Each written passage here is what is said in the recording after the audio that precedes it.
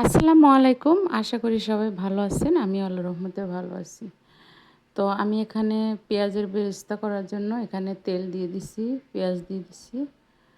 আমার বেরেস্তাটা হয়ে গেছে। আমি বিরিয়ানি রান্না করার জন্য বেরেস্তা তৈরি করলাম। এখানে আমি লেগ পিস দিয়ে শুধু বিরিয়ানি রান্না করব। লেগ পিসটা আমি হালকা ভেজে নিচ্ছি। বেশি বেশি একটা ভাজবো না, হালকা ভেজে নেব। এখানে শুধু লবণ আর হালকা একটু গুঁড়ো মরিচ দিছি। আমার লেগ পিসটা ভাজা হয়ে গেছে, ওটাকে নামায় নিছি। এবার অন্য একটা প্যানেতে আমি তেল দিয়ে দিছি, পেঁয়াজ কুচি, সাথে অল্প লবণ, দারচিনি, এলাচ,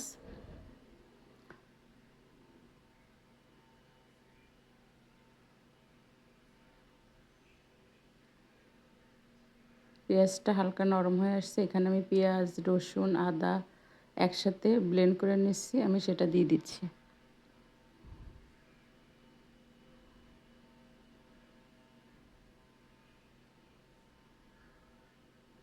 আমার একটু কষানো হয়ে গেছে। এবার আমি রাঁধুনি বিরিয়ানি মিক্সটা দিয়ে দিচ্ছি।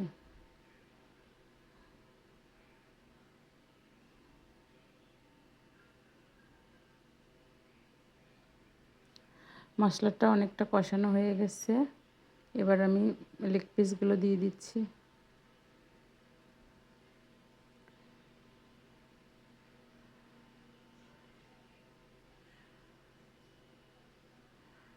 সাথে আলু আর কাঁচামরিচ, আলুটা ভেজে রাখছিলাম, ভেজে রাখার। এবার টক দই, আমার টক দই ঘরে ছিল না, আমি হাতে বানায় নিচ্ছি। টক দইটা দিয়ে দিলাম। এবার একটু ভালোভাবে কষায় নিব। এই জায়গায় অন্য কোনো মাংস নাই, শুধু লেগ পিস ছাড়া।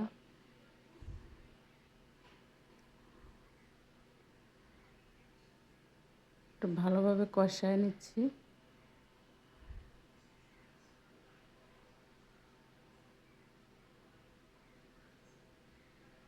এবার চালটা দিয়ে দিচ্ছি।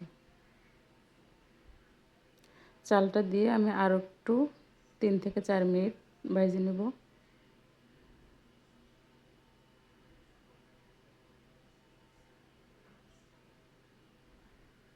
ভাজা শেষ। আমি পরিমাণ মতো পানি দিয়ে দিচ্ছি। এখানে পেঁয়াজের বেরেস্তা দিয়ে দিচ্ছি।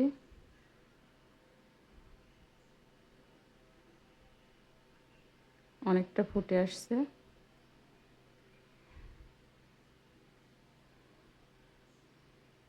এটাকে এখন আমি 15 মিনিটের জন্য দমে রেখে দেব। দমে রাখার পর আমি আমার ঘি বেশি একটা ছিল না, 1 চা চামচের মতো ঘি দিয়ে দিচ্ছি। ফাইনালি আমার বিরিয়ানিটা হয়ে গেছে। এবার বেরেস্তাটা দিয়ে আমি নামায় ফেলবো।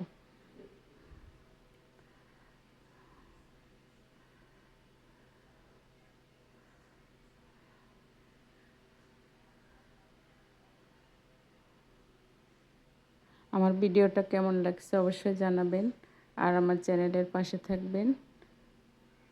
আজ এ পর্যন্তই। আল্লাহ হাফিজ।